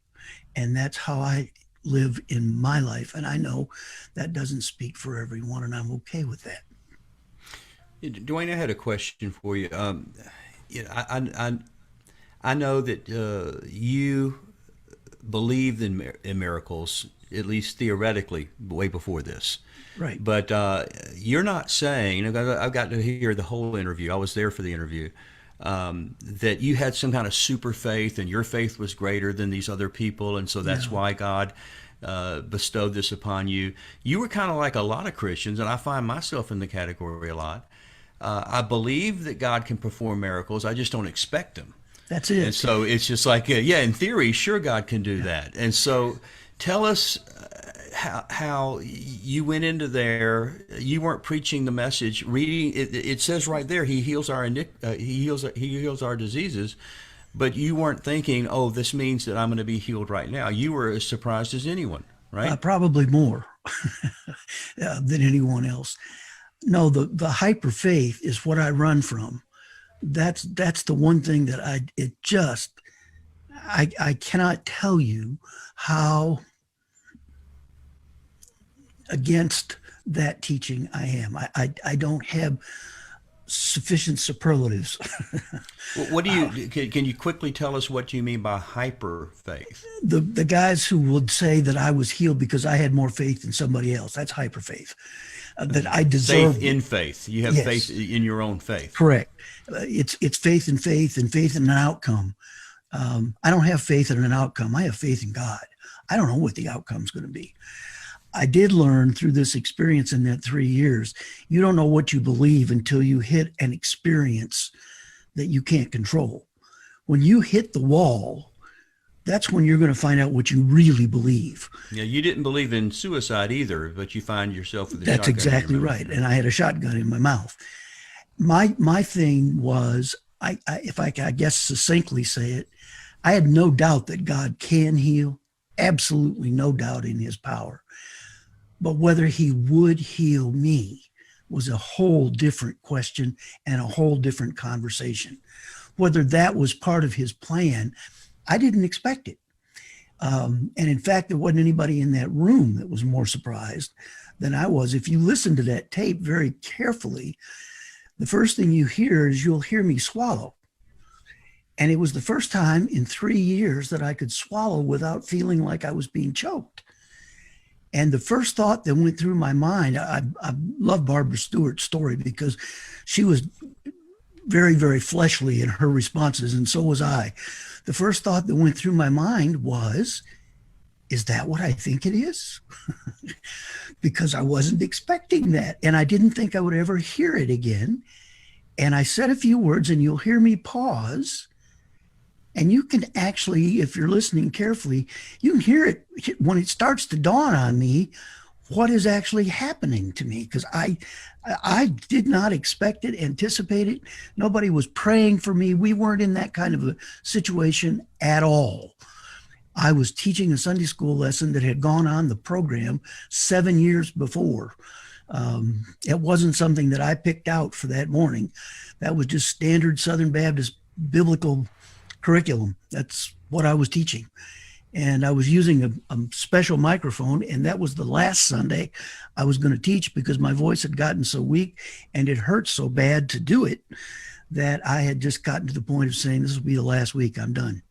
So I was literally down to the wire. That was another reason why the shotgun on Friday is I felt like my whole world, because I knew that Sunday was going to be the last Sunday I was going to teach. So even that was going to go away. My world was smaller and smaller and smaller. Dr. Keener, I wanted to ask you a question about that whole situation, and you know, Duane in the interview talked about, it was like, of all the problems in the world, why me? Why do you make a special miracle just for me? And it's like, you don't feel worthy, and but you also hear sometimes from skeptics a pushback that if God's going to miraculously fix a sprained ankle, doesn't He owe to save all the starving children? And it's like He wastes the miracles on trivial things and doesn't take care of the important things. You hear that kind of argument from skeptics or agnostics. How would you address that issue? Why doesn't God heal everybody? Why does He pick just Duane here? I agree with Duane's answer that it, well, several levels of his answer. One is talking about heaven, what's to come, and another is saying, I don't know. I mean, I can answer in principle some of the reasons why God may not heal everybody in this life, but why, in particular, this person and not that person. In terms of the people I interviewed, this didn't go into the 2-volume work, but I kept notes for my own interest's sake in terms of where they were coming from theologically, and it was all across the board. I mean, these were people who loved Jesus, but they didn't all have the same theology about miracles.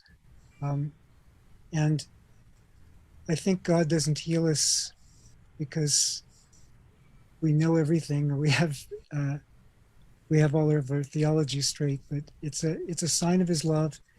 And these miracles biblically are samples. Like when Jesus was healing people in Matthew 11:5 and Luke 7:22, Jesus is answering the messengers of John the Baptist, who said, "Are you the one to come, or should we look for somebody else?"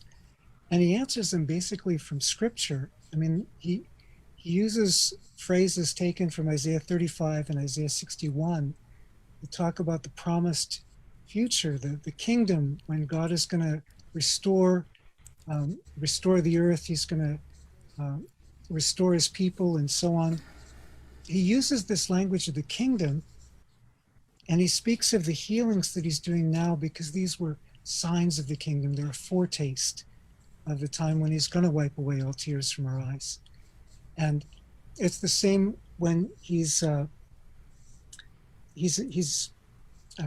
speaking with some of the religious leaders, and they're criticizing him, and he's saying in Luke 11:20 and Matthew 12:28, "If I by the finger of God, or I by the Spirit of God am casting out demons," that means that the kingdom of God has come upon you. In other words, these were signs of the healings that he was doing were signs of the future kingdom. And what that means is that they're samples. We're still living in a world that's an overlap, because when God does away with all evil, well, if he didn't give us some time to overlap, we'd all be in trouble because we'd be the ones being done away with. Right. Craig, could we often look, and I think one of the primary purposes of miracles in the Bible seems to be authentication. You're validating the messenger. You're validating the ministry of the apostles or the Old Testament prophets. But sometimes could miracles be just not so much authentication, but just the grace of God? I mean, he wants to heal the person out of love despite what they believe or what they teach. So maybe, Catherine Kuhlman sees somebody healed despite the fact that she is off so theologically. Or maybe even the witch doctor. Maybe God reaches down and heals. That we don't often say that this validates the messenger in every case. Yeah. And even the authentication of the messenger, I think sometimes we can push that too far. Like in Acts chapter 14, it's around verse 3, it says that Paul and Barnabas were preaching, and God was attesting or bearing witness to the message of his grace. So it's Jesus that the miracles are attesting when they're done in Jesus' name, not those of us who pray for them. And as far as God sometimes bestowing grace on people who don't know him, that's true too. I think most of you probably know my wife is from Central Africa. She's from Congo. And my mother-in-law shared that before she was a Christian, there was a time she was crossing a river on a log, and she slipped off and fell into the water, and she was going under. She was about to drown because of the current, and she felt someone pick her up and put her back on the log, and she looked around and there was nobody there, And she said, some spirit saved me. Well, later when she became a Christian, she said, oh, now I understand. This was God's grace. God saved me, and now I belong to him. And, it all was worth it. But even, between what we call special divine action and just general divine action, God's work in the world, I think his gifts, his grace are around us all the time. And we may be more attentive to the things that we suffer as being not the norm, but his gifts around us all the time are signs of his love that we often just take for granted. That's good. Brady, do we have another question queued up? Yes, we do. Walter, if Walter is still here, he had stepped out for a minute, so I don't know if he is still in here. Let me check. Yeah, he's gone. Mark had a question. Mark, are you still there? Is it Mark Matthews? Yes. I'm looking for him. Yeah, there he is. Yeah, he's here. Yeah, you have to unmute your mic. Unmute, Mike.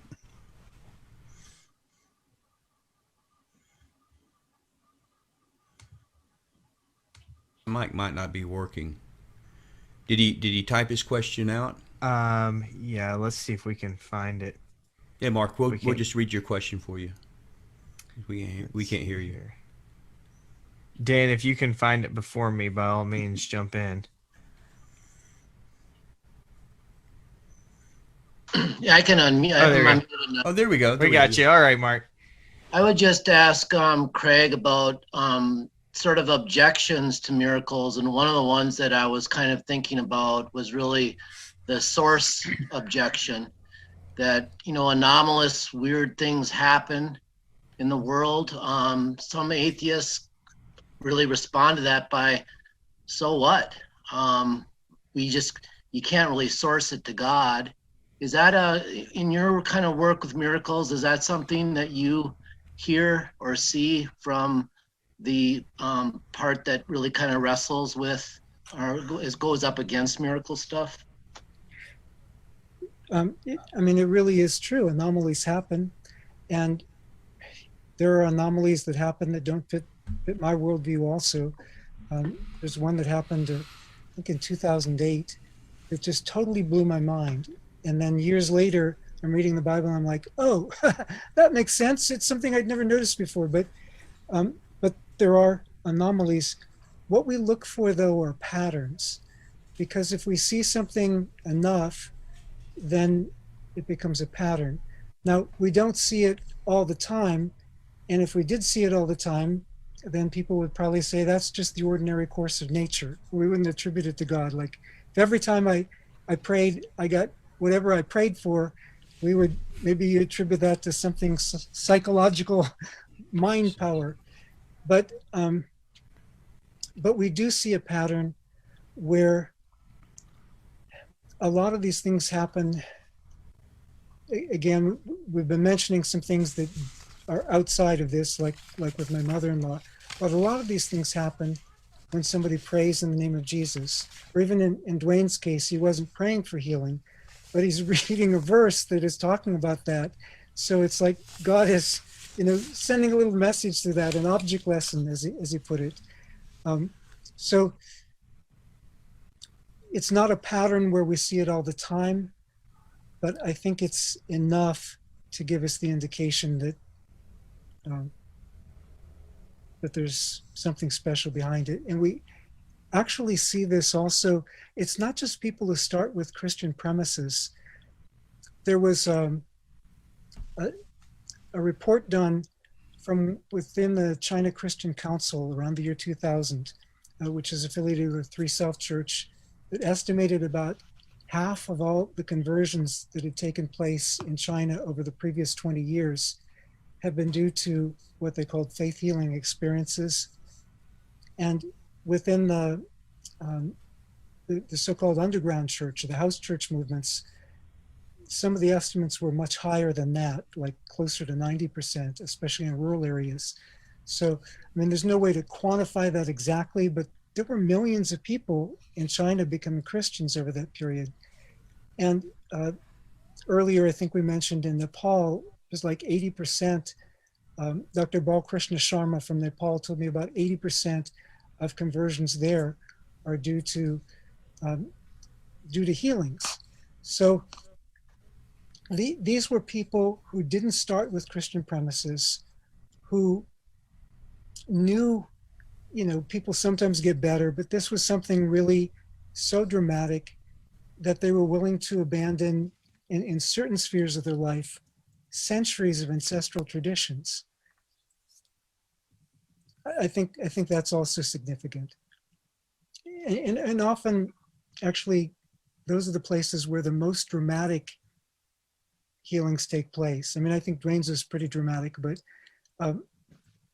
I think these kind of things happen most often in the kind of situations you see them in the Gospels and Acts, which is on the cutting edge of groundbreaking for the message of God's kingdom going forth to people who haven't had the opportunity to hear that message previously.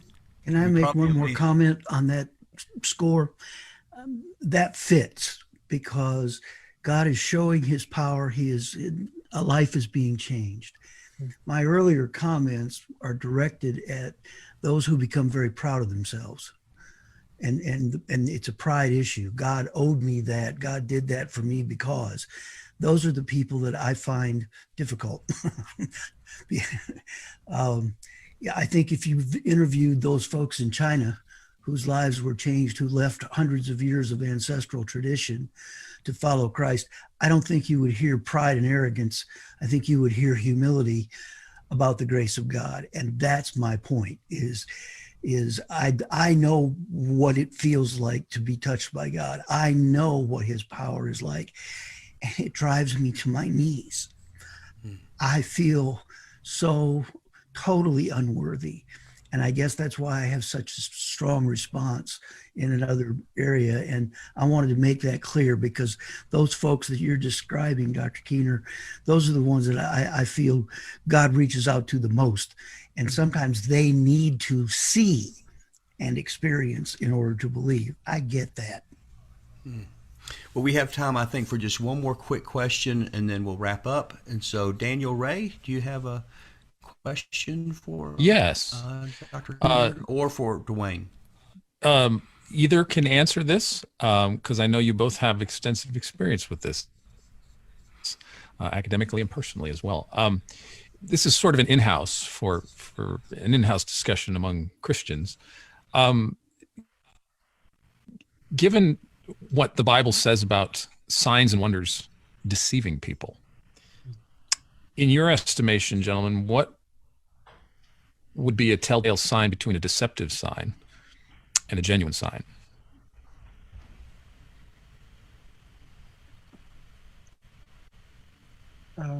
Not sure which one of us should go first.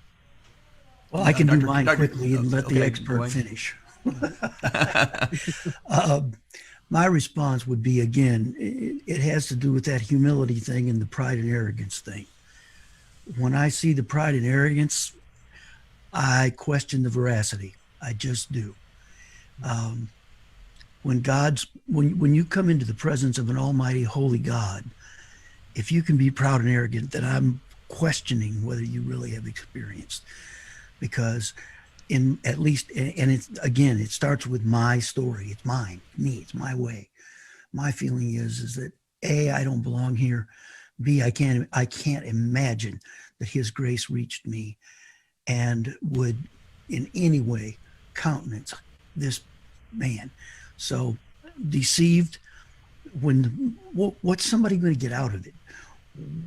Follow the money.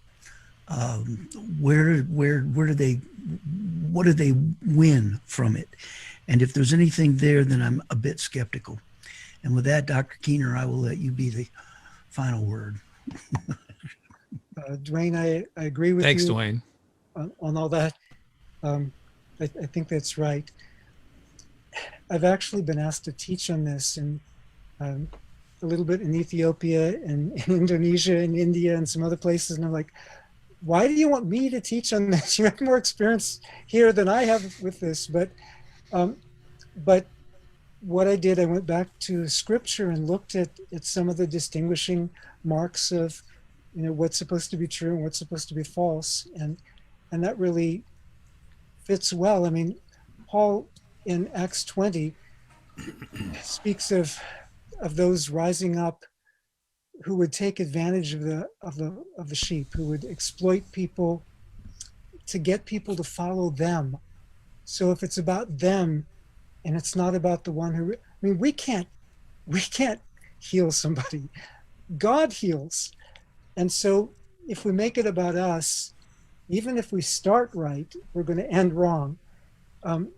Matthew 7:15 says, beware of false prophets, and then goes on to define them, and says that some will say to him on that day, Lord, Lord, haven't we done miracles in your name? Haven't we cast out demons in your name? Haven't we done this or that in your name? And he'll say, I never knew you. Depart from me, you who work iniquity, you who didn't do my Father's will. So, and to make a long story short, there are cases in the Bible, even where God was using somebody, but they had a big head about it, and they weren't really walking with God themselves. So sometimes God can use somebody, it's not about them. And sometimes, I think when it's talking especially about false signs and wonders, you have this in Deuteronomy 13, you have it in Acts chapter 8, verses 9 to 11, you have it in Acts 13, you have it in Revelation 13, you have it in a bunch of places, 2 Thessalonians 2, Matthew 24, a lot of places in the Bible where it talks about false signs and wonders. Pharaoh's magicians in Exodus 7 and 8. Well, I probably don't, I shouldn't take time to go into all the explanations for it, but sometimes God does allow those things. In this world, we do have testing to see where our hearts will be and what we're going to choose. And so the key issue in those cases is what it's leading us to follow. In Deuteronomy 13, if they lead you to follow after other gods, if it leads us away from 1 John 4, if it leads us away from Jesus, the Jesus who came in the flesh, the Jesus who's the Messiah, God's own Son, then it's not from God. Obviously, I'm speaking from a specifically Christian perspective, and we could give a lot more detail, but that's the short answer. Well, let's do this. We are out of time at this point, and some great questions. I think this time I did want to remind everybody that our March book club, March 4th, we're going to be looking at the Four Views book on Christianity and philosophy, and our guest authors again are going to be Graham Oppie and Tim McGrew, and then let me switch over here. Christianity and Philosophy, the Four Views book. And then the following month, April 1st, Paul Copan and Michael Roos on the three views of Christianity and science. Is science opposed to Christianity, or is it, can they be harmonized? And so we're going to be looking at that. Again, we have some top authors in the field that are here at the book club. And speaking of that, I do want to say thank you from the bottom of my heart to Duane Miller for joining us, and also for Craig Keener, gracing us with your presence to help bring light on this. I think, especially Dr. Keener, you probably got some pretty tough questions this time, and I thought you handled them very well. And I want to appreciate everybody. Raise your hand. I know not many cameras are on right now. How many of you, this is your first time to be part of the Atheist Christian Book Club? 1, 2, 3, 4, 5 here. Okay, so we have new people every month. Welcome to the club, and I want to encourage you to be back next month. Thank you for being very gracious on both sides, Christians and atheists, in how you treated your questions and our guests. And until next month, thank you for being part of the Atheist and Christian Book Club. Thanks so much.